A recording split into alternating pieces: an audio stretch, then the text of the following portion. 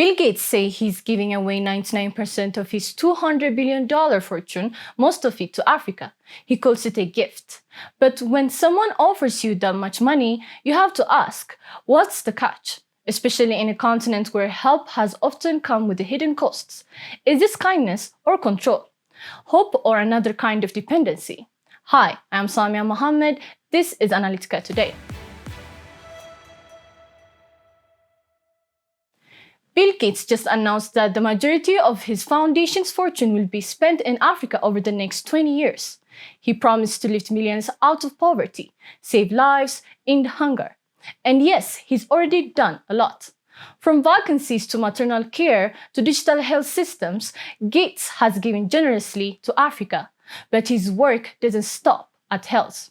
One of his biggest focus areas has been food. And this is where things start to get more complicated. Because while Gates is promising to help in hunger across the continent, he's also championed one of the most controversial solutions in agriculture, genetically modified crops.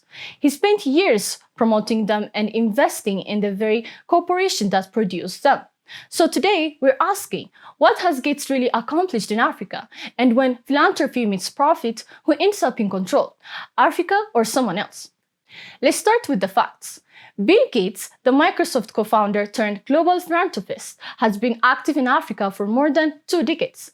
Through the Bill and Melinda Gates Foundation, he's invested billions in health, vaccines, education, and agriculture projects, saving over 80 million lives by the foundation's estimates.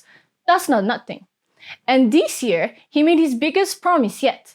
Speaking at the African Union headquarters in Addis Ababa earlier this week, Gates announced that he would give away 99% of his $200 billion fortune by 2045, and most of it would go to Africa.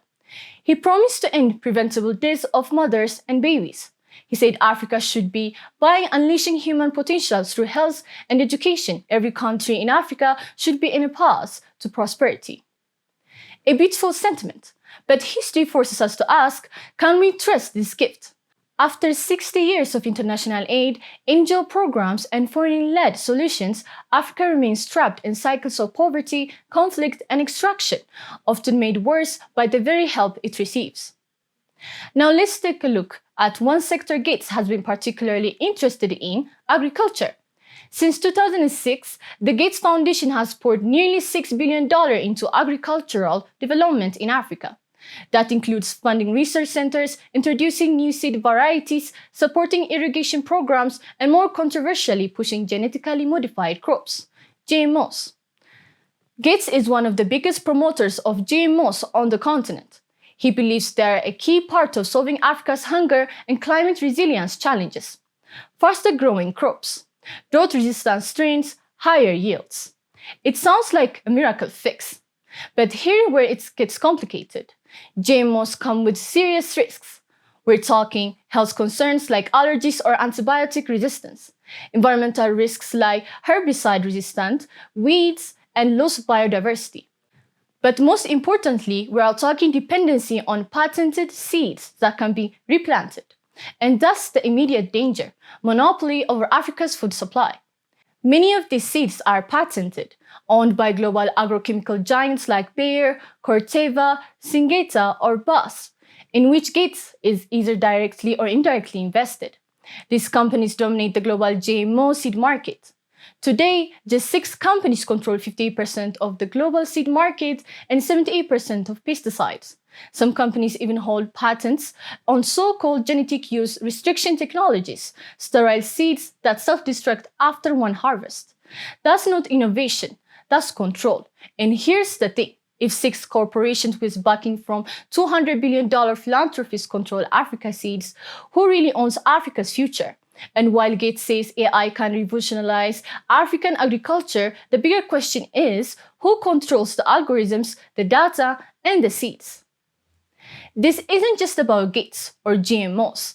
This is about a pattern, one Africa has seen before. The World Bank and IMF promised prosperity.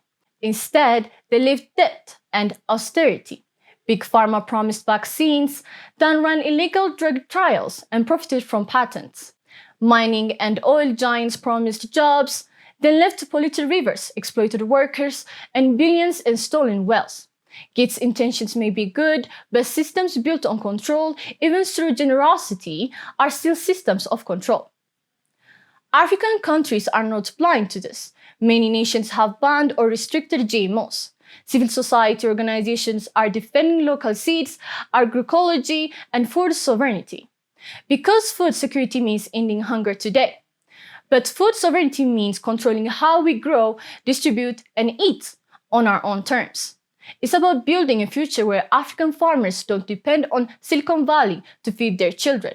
And yes, Gates may genuinely want to help, but philanthropy should support African vision, not dictate it.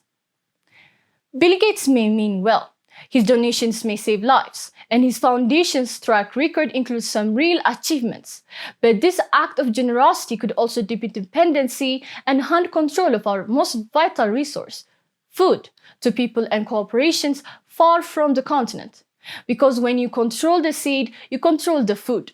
And when you control the food, you control the future. It's not just about today's hunger, but about tomorrow's freedom.